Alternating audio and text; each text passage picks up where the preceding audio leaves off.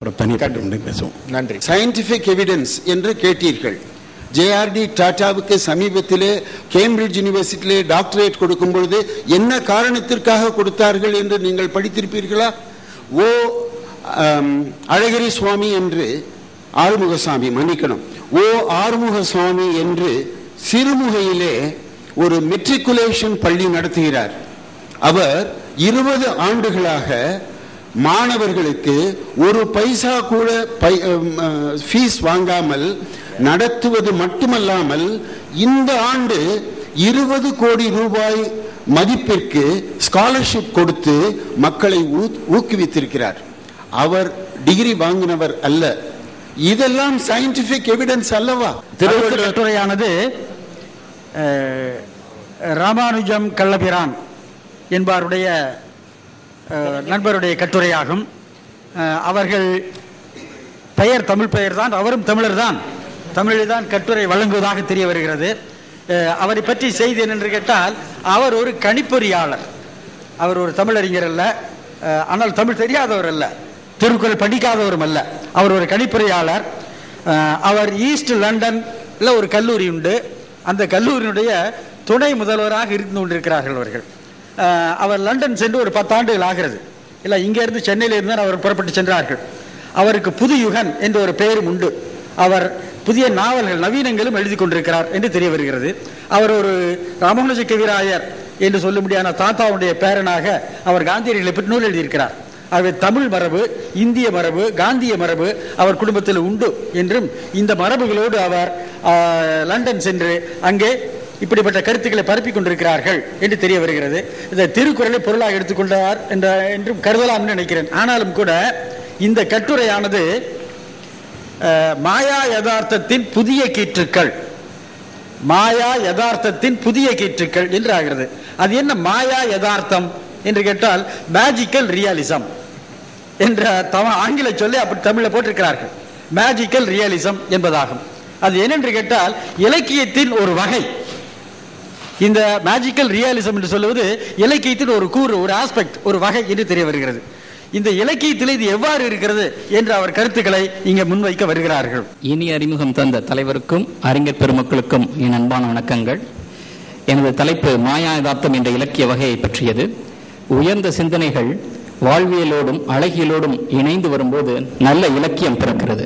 அப்படி பிறக்கும் இலக்கிய வகைகளிலே முக்கியமானதாக உலகம் கருதுவது இந்த மேஜிக்கல் ரியலிசம் என்ற மாயா யதார்த்தமாகும். இந்த மாநாட்டின் முக்கிய நோக்கம் மொழி வளர்ச்சி. மொழி வளர்ச்சி செய்வதற்கு 2 வழிகள் இருக்கிறது. முதல் வழி, நம்ம பாரம்பரிய பழைய இலக்கியங்களை எடுத்து கருத்தாய்வு செய்தல், மொழி மாற்றம் செய்தல் போன்றன. இன்னொரு வழி, உலக தரத்திற்கு உலகம் விரும்பும் வகையில் புதிய இலக்கியங்களை படைத்தல். என்னுடைய ஆய்வு இந்த 2வது வகையை சேர்ந்தது. இப்போ பாத்தீங்கன்னா, உலக இலக்கிய அங்கீகாரத்தை பொறுத்த வரைக்கும் புக்கர் பரிசுகள் ரொம்ப முக்கியமானது. ஒரு தகவல் படத்தை உங்களுக்கு அங்கே கொடுத்திருக்கிறேன். இதுவரைக்கும் 44 புக்கர் பரிசுகளை நூல்கள் வென்றிருக்கின்றன. அந்த 44 நூல்களில் 3 நூல்கள், கிட்டத்தட்ட 7% மேஜிக்கல் ரியலிசம் என்ற இந்த மாயா யதார்த்த நூல்கள் தான் உலக அரங்கிலே மிக மதிப்பாக இருக்கிறது. இதிலிருந்து அதோட முக்கியத்துவத்தை நீங்கள் தெரிந்து கொள்ளலாம். இதே புக்கர் பரிசுகளை பற்றி இன்னொரு கோணத்திலிருந்து அலசி இருக்கிறேன். இந்தியாவை மையப்பொருளாக கொண்டு எழுதப்பட்ட நாவல்கள் கிட்டத்தட்ட 20%க்கும் மேலாக. ஆக இதிலிருந்து 2 விஷயம் வருது.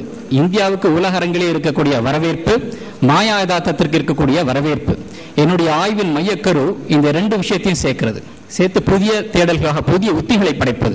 இவர்களெல்லாம் மாயா யதார்த்த நூல்கள் எழுதிய இந்திய ஆசிரியர்கள், புக்கர் பரிசு வென்றவர்கள். என்னுடைய ஆய்வின் அறிமுகம் என்னன்னா, மாயா யதார்த்தத்தை பத்தி 20 நிமிஷத்துல பேச முடியாது, அது ஒரு பெரிய ஒரு தலைப்பு.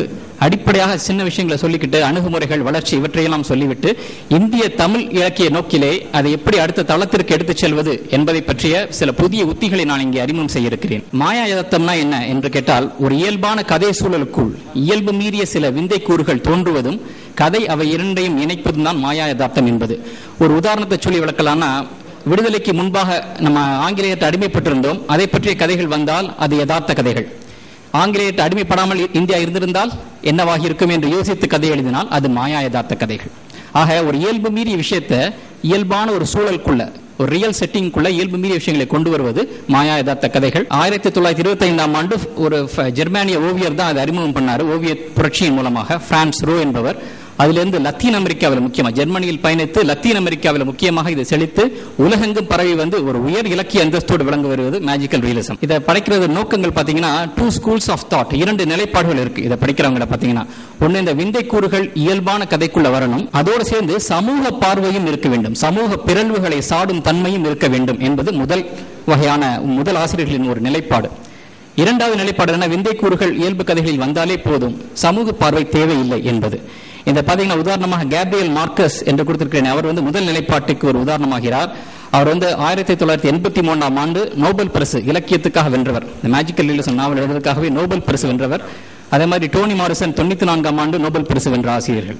இது தவிர காமன்வெல்த் ரைட்டர்ஸ் அவார்டு, புக்கர் பரிசுகள், புலிட்சர் அவார்டு என்று உலக அரங்கிலே நிறைய ஜெயிச்சிருக்கிறாங்க இவங்க. இந்த மாதிரி ஆசிரியர்கள் தமிழ்ல வந்து இந்த இலக்கியம் இன்னும் ஒரு முழுமையான ஒரு நிலை அடையவில்லை. அது ஒரு மிகப்பெரிய தேவையாக இருக்கிறது இப்போது நமக்கு. இந்த முதல் வகை ஆசிரியர்கள் பார்த்தீங்கன்னா போஸ்ட் காலனைசேஷன் என்று சொல்லக்கூடிய பின்னேகாதிபத்தியத்தில் ஒரு நாடு விடுதலை அடைந்த பிறகு அவர்கள் அந்த நாட்டின் சரித்திரத்தை திரும்பி பார்க்கிறார்கள். அவர்கள் ஒடுக்கப்பட்டதன் பள்ளங்களை பார்க்கிறார்கள், அதை தங்கள் கற்பனைகளை கொண்டு நிரப்புகிறார்கள். இதுதான் முதல் ஆசிரியர்களுடைய ஒரு நிலைப்பாடு, அதுதான் அவங்களுடைய சமூக பார்வை. ஆனால் இரண்டாம் வகை ஆசிரியர்கள் வந்து என்ன, தொன்மம், மித்தாலஜி, மதம் போன்ற விஷயங்களை உபயோகப்படுத்தி கதையை நகர்த்துகிறார்கள். இந்த மாதிரி 2 நிலைப்பாடுகள் இருக்கு. இந்த 2 நிலைப்பாடுகளை உபயோகப்படுத்தி லத்தீன் அமெரிக்காவில் கிட்டத்தட்ட 60களிலும் 70களிலும் ஒரு இலக்கிய பொற்காலமே உருவாக்கியது. லத்தீன் அமெரிக்காவில் பார்த்தீங்கன்னா உயர் இலக்கிய ரசனை கொண்ட எழுத்தாளர்கள் இருக்கிறார்கள்.